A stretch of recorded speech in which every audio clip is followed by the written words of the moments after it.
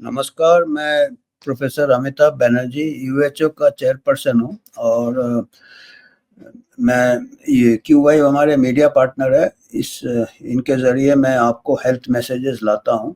तो आज का हमारा विषय जो है ये पार्किंसंस डिजीज़ के ऊपर है। पार्किंसंस डिजीज़ एक बीमारी होता है जो उम्र के साथ कुछ लोगों को होता है, जिसमें उनके मूवमेंट्स थोड़े ठीक नहीं रहते हैं। ऐसे हाथ-पैर हिलते हैं, ऐसे ट्रेमर्स आते हैं, जिसको कि कंपन आ जाता है या सख्त हो जाते हैं ये मसल्स और मूवमेंट में टाइम लगता है उनको। इसको पार्किंसंस डिजीज़ कहते हैं। तो ये एक मैं लेख पढ़ रहा था पहले हमारे साथ थे आर्मी में, हमारे सहयोगी है, मेजर जनरल कृष्ण चौहान। इन्होंने एक पार्किंसंस डिजीज़ के बारे में लिखा था, तो मैं पढ़ा पार्किंसंस डिजीज़, उनका एक ब्लॉग है। और फिर क्यों मैंने आज ये मैं आपसे बात करना चाहता हूँ। आज मेरा कहने का ये है कि क्या आयुर्वेद में हमारा पार्किंसंस का इलाज था? क्योंकि उन्हीं के लेख में हमको एक जगह मिला कि प्राचीन काल में आयुर्वेदिक में एक प्लांट था, मैं अभी नाम बताऊँगा प्लांट का। उस प्लांट से अभी देखिए, मैं इसलिए कहता हूँ कि हमारे जो मेडिसिन है ये अलग-अलग हमने बाँट के रखे हैं।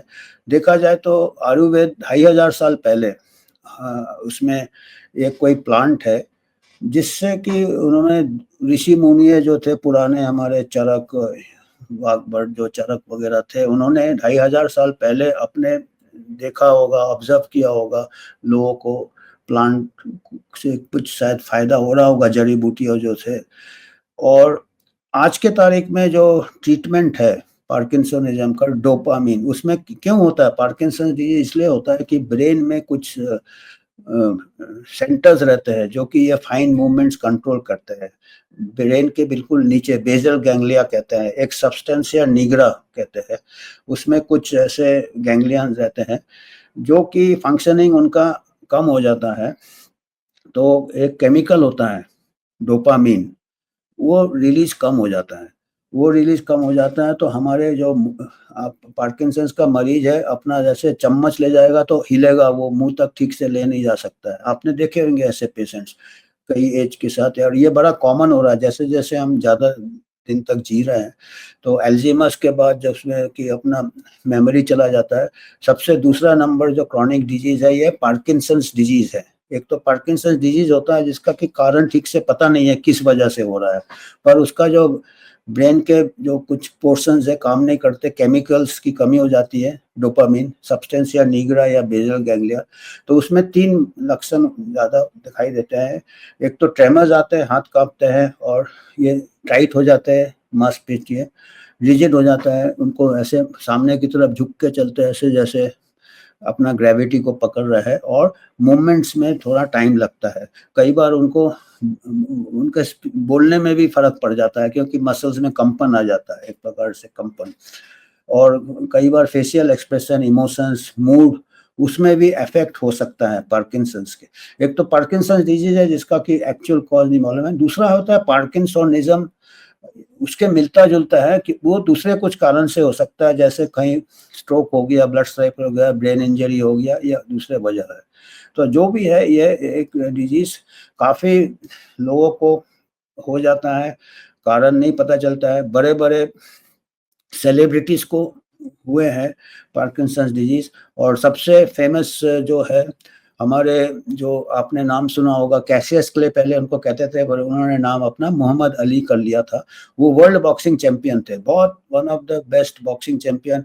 वो ऐसे उनको कहते थे ही फ्लाइज़ लाइक अ बटरफ्लाई, तितली जैसे उड़ते थे और स्टिंग्स मधुमक्खी जैसे काटते थे।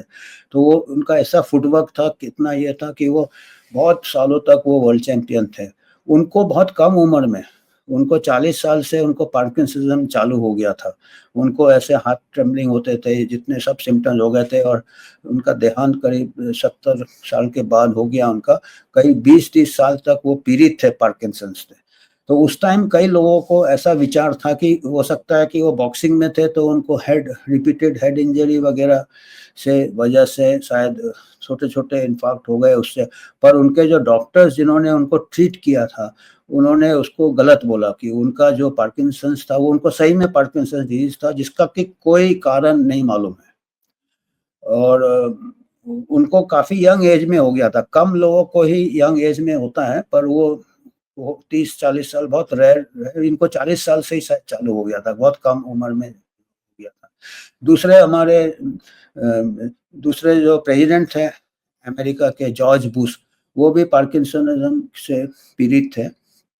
और हमारे देश में भी जो बहुत अच्छे कलाकार थे, स्टेज आर्टिस्ट थे और फिल्म कलाकार थे, डॉक्टर श्रीराम लागू, वो भी पार्किंसन से उनको भी पार्किंसन हो गया था। तो काफ़ी ऐसे सेलिब्रिटीज़ को हो गया और काफ़ी कॉमन है ये। तो इसमें कैसे आप इलाज करते हैं? इलाज तो इसका ज़्यादा क्या है कि खाली सिम्प्टोमेटिक है। डोपामिन आते हैं, कुछ सिंथेटिक मिलते हैं आजकल डोपामिन वगैरह, उससे आप इलाज कर सकते हैं और इसके सिम्पटम्स कंट्रोल किया जा सकते हैं। कंप्लीट क्योर नहीं है।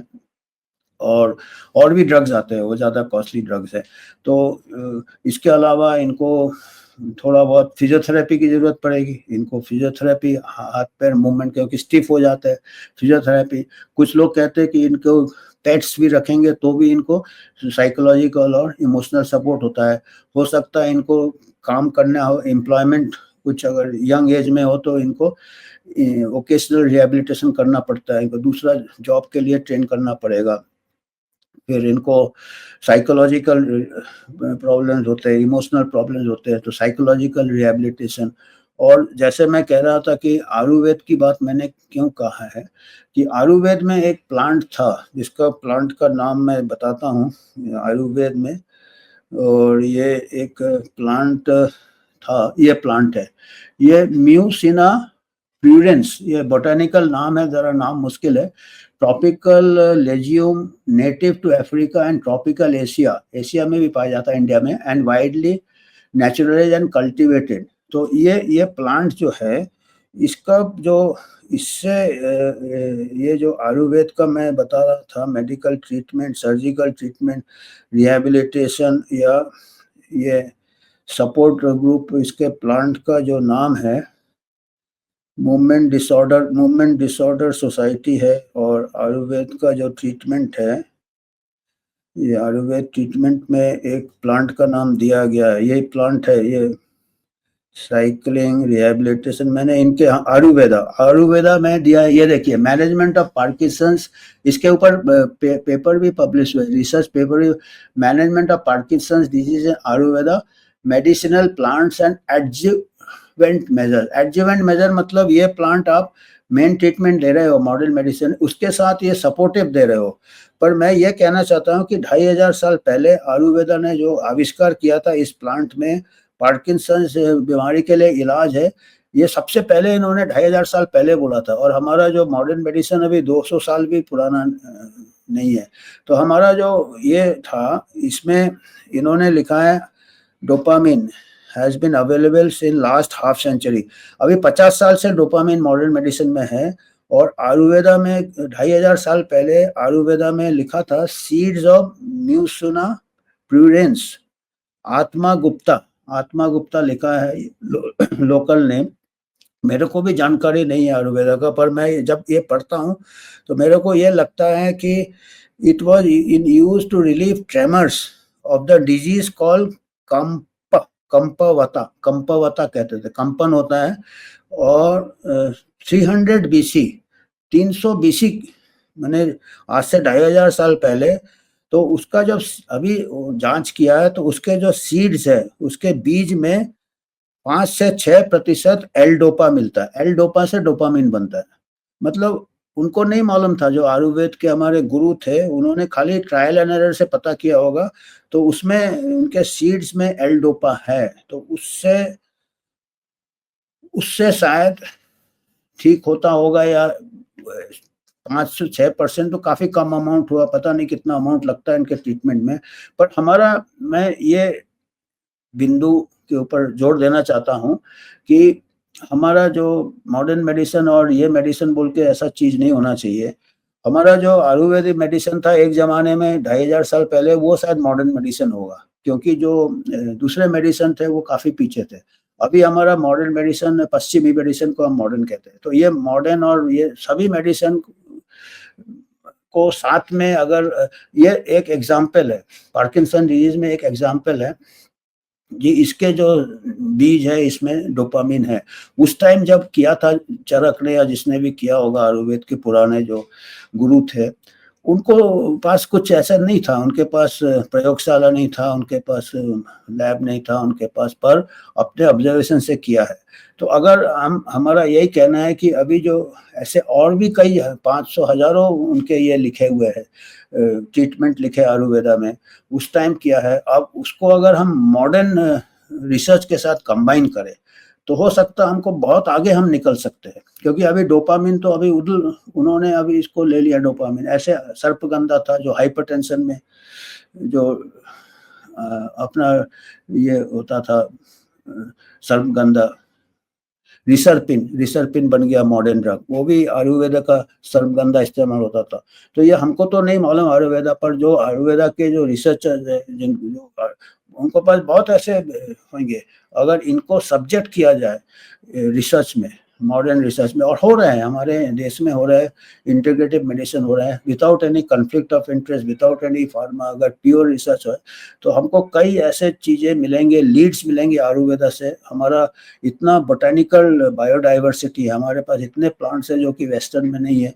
तो आगे पूरे ह्यूमन काइंड को, पूरे पूरे वर्ल्ड में फ़ायदा होगा, मैं ये कहता हूँ। तो ये मेरा आज का मैसेज यही था, और आप लोगों को धन्यवाद। और आखिरी में मैं ये कहूँगा कि हमारा यूएचओ एक वॉलंटरी ऑर्गेनाइजेशन है, हम फार्मा से भी कोई स्पॉन्सरशिप नहीं लेते, कोई पॉलिटिकल कनेक्शन नहीं है, हम क्राउड से फंडिंग से हम इसको आगे बढ़ाना चाहते हैं। जैसे हमारे पास फंड आएंगे हम और रिसर्च करेंगे, अपने इंडिपेंडेंट रिसर्च करेंगे, आप तक पहुंचाएंगे। तो आपको अगर कुछ भी योगदान देना है आप ये स्कैन करके दे सकते हैं। तो आज का हमारा इतना ही मैसेज था। धन्यवाद।